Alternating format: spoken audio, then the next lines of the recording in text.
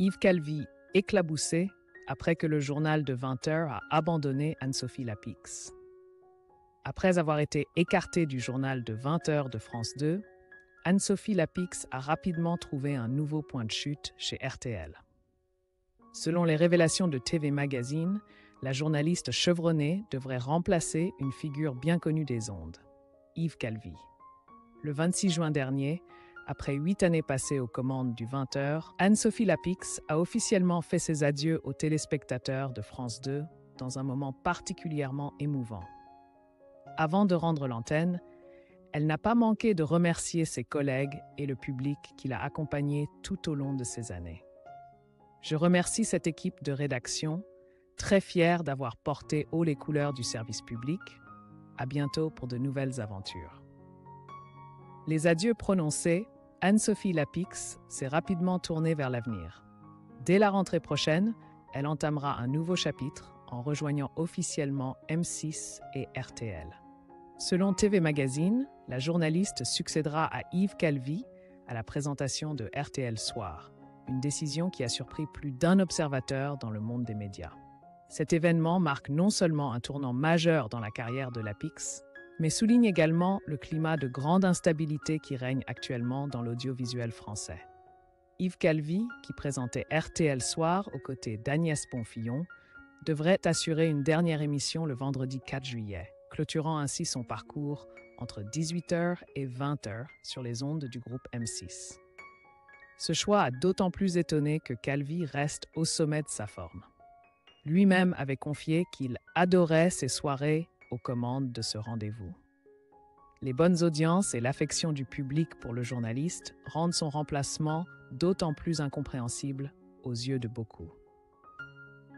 Derrière cette décision se cacherait, selon certaines sources internes, une stratégie de rajeunissement de l'antenne et de renouvellement des contenus menés par la direction de M6, dans le but de séduire un public plus jeune et de suivre la tendance des plateformes multiples. Pourtant, la manière jugée peu délicate dont cela a été fait a laissé Calvi avec un goût amer. Au point que lorsqu'on lui a proposé de prendre les rênes d'une émission du week-end, considérée comme une solution de consolation, le journaliste a catégoriquement décliné. La manœuvre de M6 a relancé le débat sur la façon dont les grands groupes médiatiques traitent leurs figures historiques et révèle une concurrence toujours plus féroce pour capter l'attention des auditeurs. Quant à Anne-Sophie Lapix, si elle est attendue comme un vent de fraîcheur sur RTL Soir, elle devra également relever un défi de taille, séduire un auditoire fidèle, habitué à la sobriété et à la profondeur d'Yves Calvi. Ce changement est perçu comme le symbole d'une phase de transition majeure pour RTL et M6, où l'équilibre entre innovation et respect de l'héritage reste une équation difficile à résoudre. Depuis son départ de RTL Soir, la grande question qui agite les médias français et le public est désormais « Quelle sera la prochaine étape dans la carrière d'Yves Calvi ?» Bien que l'intéressé pour l'heure le silence, plusieurs hypothèses circulent déjà quant à son avenir. L'une des plus évoquées est un retour à la radio traditionnelle sous une nouvelle forme. Fort de son crédit et de son fidèle public, Yves Calvi pourrait bien être courtisé par de grandes stations comme Europe 1 ou France Inter, toutes en quête de figures de proue pour consolider leur position dans une bataille des audiences de plus en plus acharnée. Par ailleurs, dans un contexte où l'ère numérique s'impose de plus en plus, Yves Calvi pourrait également opter pour une voie plus indépendante, produire lui-même son propre podcast ou collaborer avec des plateformes de streaming audio comme Spotify, Deezer ou Amazon Music.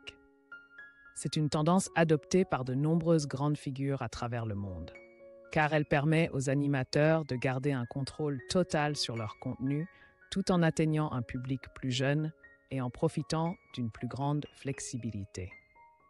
Une autre hypothèse évoque un retrait d'Yves Calvi vers les coulisses, en assumant un rôle de conseil stratégique ou de formation au sein des groupes de radio et de télévision.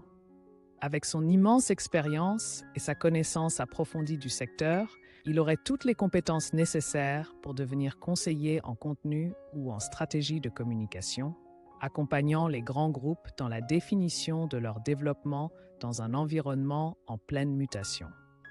Enfin, il ne faut pas exclure la possibilité qu'Yves Calvi reçoive des propositions de la part des concurrents directs de RTL et M6.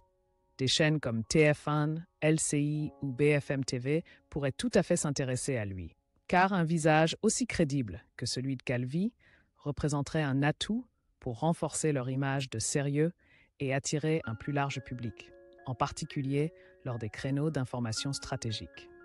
Quel que soit le chemin qu'il choisira, une chose semble acquise.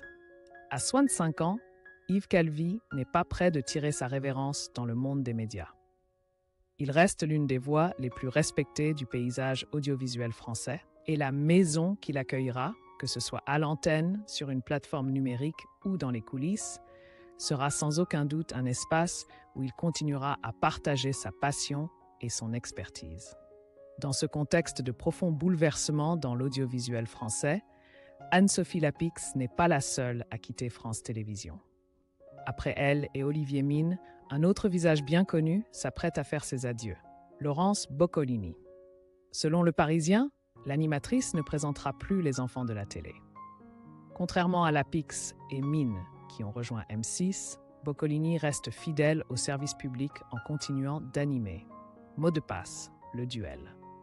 La présentation de Les enfants de la télé sera désormais confiée à Faustine Bollaert, comme l'a confirmé Le Parisien le 30 juin.